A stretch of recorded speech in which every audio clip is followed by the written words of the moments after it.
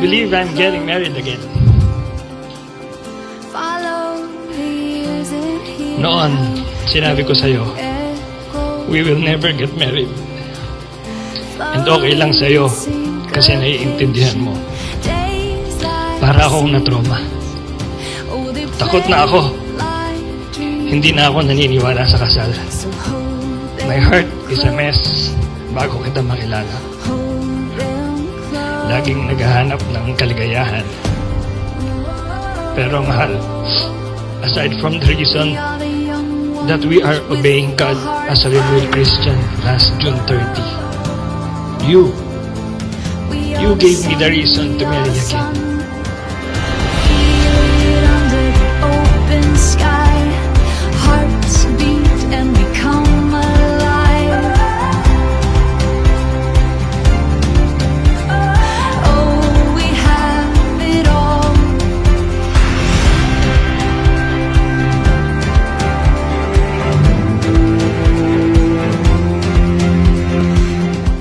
Biggest blessing I received from above. As I enter into this sacred union with you, Mahal, I am so grateful we found each other. Now we have the opportunity to share our future together, to celebrate all that we have accomplished in our lives, to strengthen each other, and to cherish the love we have found. With my whole heart, I take you as my husband, accepting all of you, both your strength and your weaknesses, and your mood swings, as you do my topaks. Together we are perfect, because it is in our union that we are made whole and holy. This is what makes life so special, when I have you at my side. I will be your queen, and you as my king. Under the open sky, hearts beat and become alive. Oh, we have it all the colors burning bright, everything in golden light.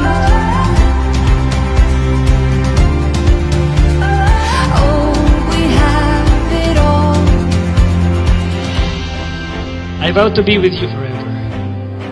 Life has a lot of uncertainties. But one thing is certain. Last ko na to.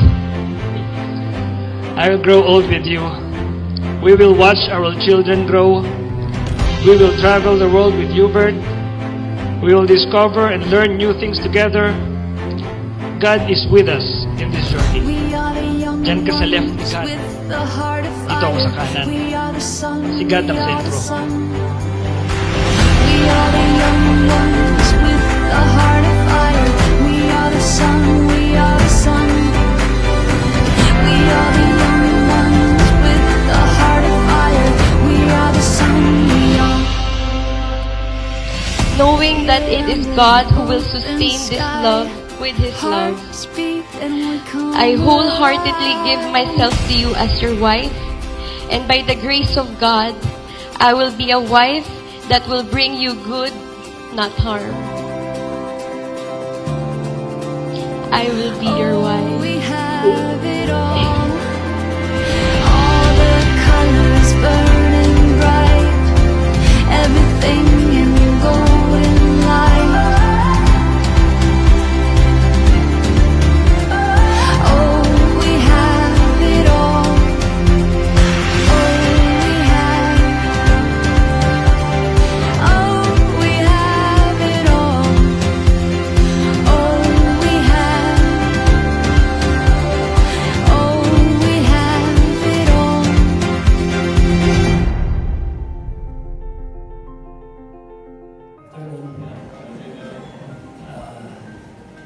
Yes, I'm here in front of you to share my konting kwento ng aking buhay. Okay lang ba?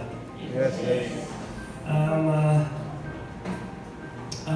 Paano ko pasisimulan? Noon, I like to control my life. Noong pag-graduate ko nung college sa DLSU, nag-commercial modeling ako at doon ko na kilala si Isabel Granada. The year after, nagpakasal kami agad, 22 years old pa lang ako noon. And then 23 years old ako nung tatay na ako. Kaninang umaga kasama namin si Hubert. Ngayon gumawa daw ng assignment. Nung 24 ako, nagtayo na kami ng mga iba-ibang mga business at napasok na ako sa politika. Naging konsehal na ako ng Angeles City. The more I have in life, the more messier my life has come.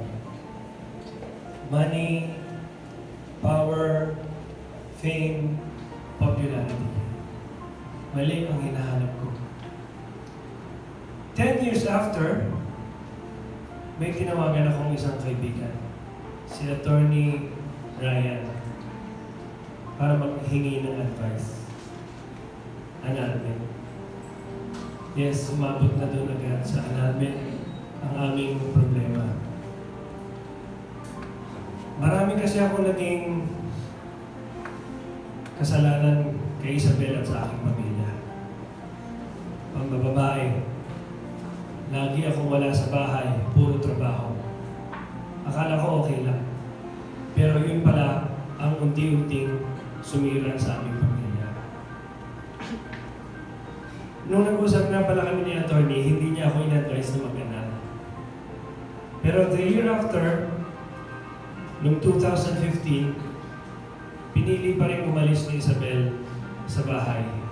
Iniwan niya ang kanyang ina sa akin, ang aming anak, pati karena, kinalimutan na niya. Nagpunta siya sa Australia para magpakasal. Sobrang depressed ko sa buhay ko, grabe. Pagising mo pa lang ng umaga, can you imagine umaga, umiiyak ka. Pagkatapos mong ihatid ang anak ko sa eskwela, umiiyak ako. Sobrang durog na durog ang buhay ko. Si Jaycee ang kausap ko sa mga panahong iyon. Sinasabi ko, never kong pinangarap sa buhay ko na magkaroon ng broken marriage or broken family. Ako nga merong tatay at nanay na dito nga para sila ngayon.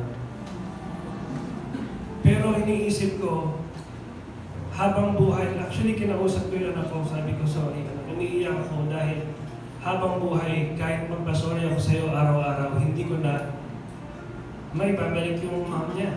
Kasi wala na, umalis na. Nasira ko ang kanyang buhay. 2016, election na naman. Tumakbo ko bilang my last term as a city councilor. Alam niyo, lahat ng mga konsehal naman kapag tumatakbo, pangarap nila mag-number 1. At ako, nag-number 1 ako. Pero hindi po ako masaya. Sumunod na taon, si Isabel, nagkaroon ng aneurysm sa katawan at namatay. Ngayon, nalaman na ng publiko na kaming dalawa pala, hiwalay na. Meron siyang asawa, meron akong Jaycee. So ngayon, na-realize ko, ang buhay ko pala kay Isabel ay parang isang malaking kasinungalingan. We are always pleasing other people. Nagtatago kami. Para sa paningin ng tao, okay kami. Nagulat ang marami. Dinash kami ni Jaycee sa social media. Ayaw na naming lumabas dahil iniisip namin, ano kaya ang iisipin nila? Masaklang man ang sabihin, ngunit may mga taong mapangkusga kahit hindi nila alam ang buong storya. Church, if you are living to please others, for you to be liked by others, I can say nagkakamali po tayo. It is only Jesus that we must please. It is only He that must rule our lives. Alam po ninyo, can you imagine kailan lang? Last year lang yata, ano?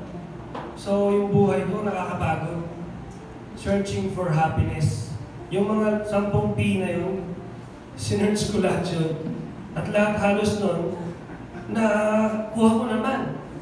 Pero no amount of all those P's, no amount of money, no amount of popularity, fame, ang makapagbibigay saya sa atin.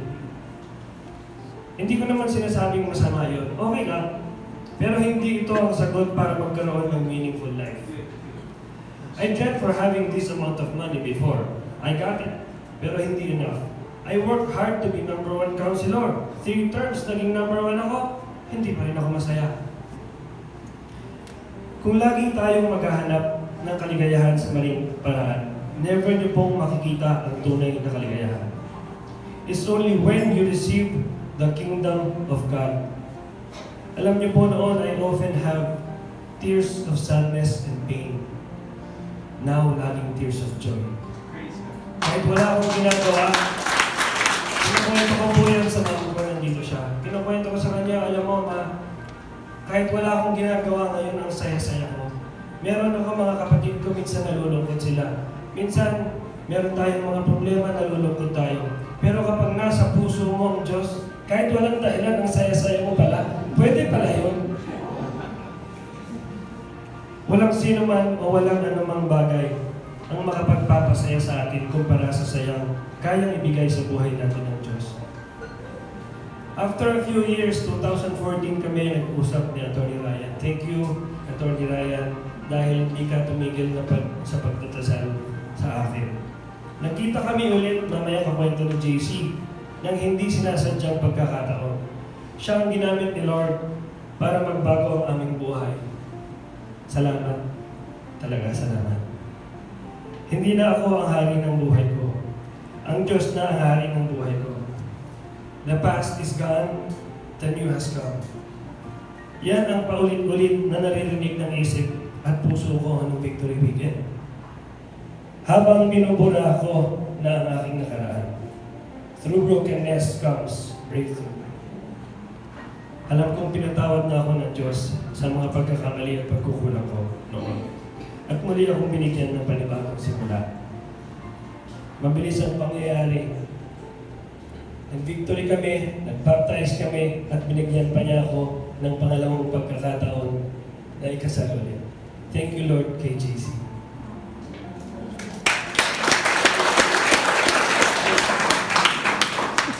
Ikaw na magtuloy.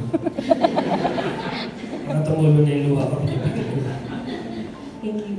Hello po. Good afternoon. Ako po si Jaycee Aguas. Ako po yung forever ni Jericho. Alam niyo po, life before victory was a constant struggle. I do believe in Jesus, but I don't go to church regularly. Hindi rin po ako laging nagdadasal. Nagdadasal lang ako pag may kailangan ako, o yung walang-wala na akong choice para humingi na lang ng tulong sa Kanya. I always do what I think is right. I was the king of my life. When I got with Jericho, we are two broken people who got together, looking and searching. Alam niyo po, bago po kami magpunta sa Victory, nag-try po kami ng 3 different churches. Kasi alam po namin, sa relationship namin, there is something missing. When I got with Jericho, knowing his history, knowing his past, alam ko na po kung ano yung pinasok ko. Alam ko na never kami magpapakasal kasi he really made that clear to me. Pag binibringan ko po yung kasal, lagi po kami nag-aaway. Lagi po siyang nagagalit. Sinasabi niya sa akin noon, magbe-baby tayo, pero never tayo magpapakasal. Kasi, sabi nga po niya, siya noon, nung kinasal siya, 5 pa yung pare sa kasal niya. Pero naghiwalay din po sila. So he does not believe in marriage. Our relationship was not built on trust. Laging may doubt. Laging nagdududa.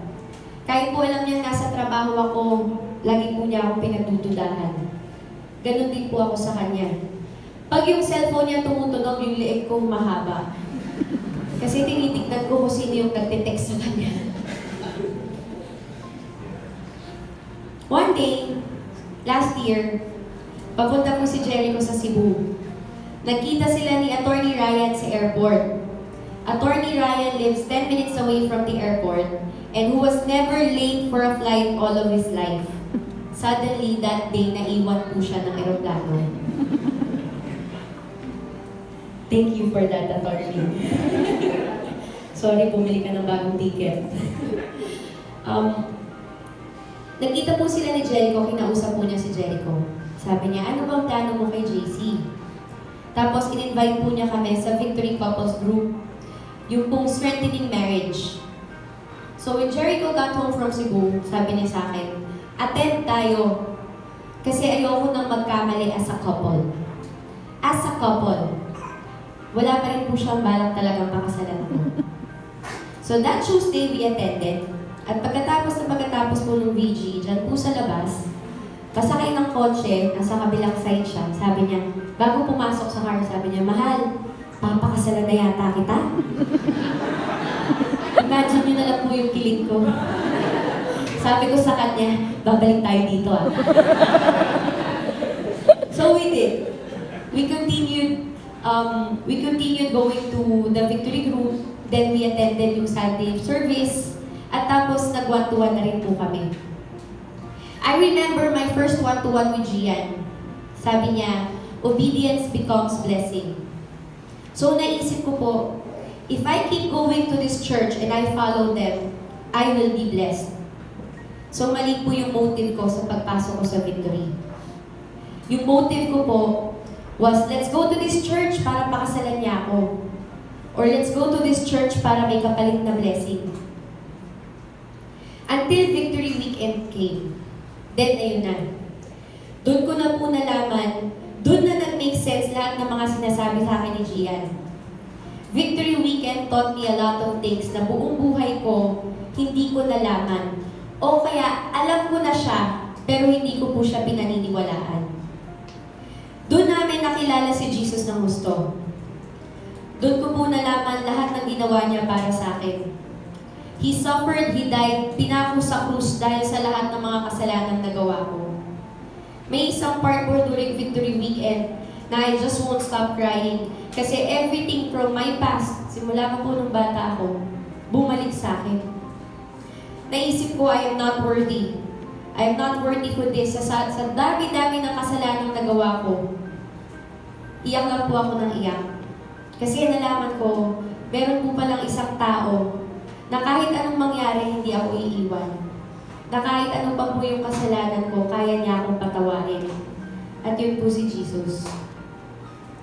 During baptism sa pool, I know at that moment, magbabago na po yung buhay ko.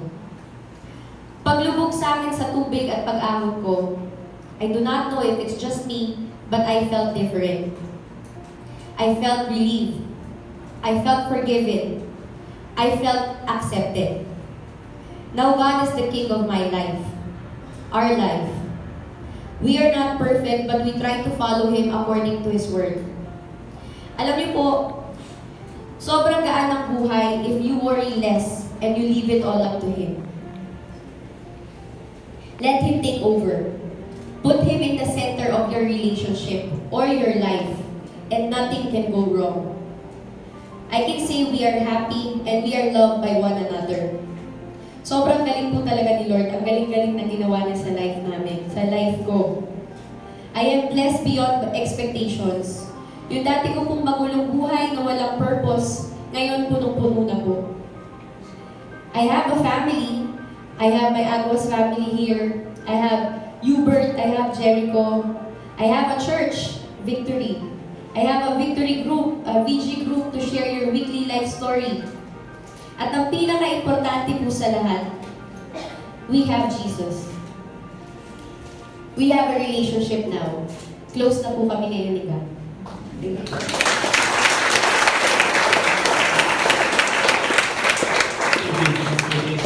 Jericho, thank you. Apat na services sila, nag-testimony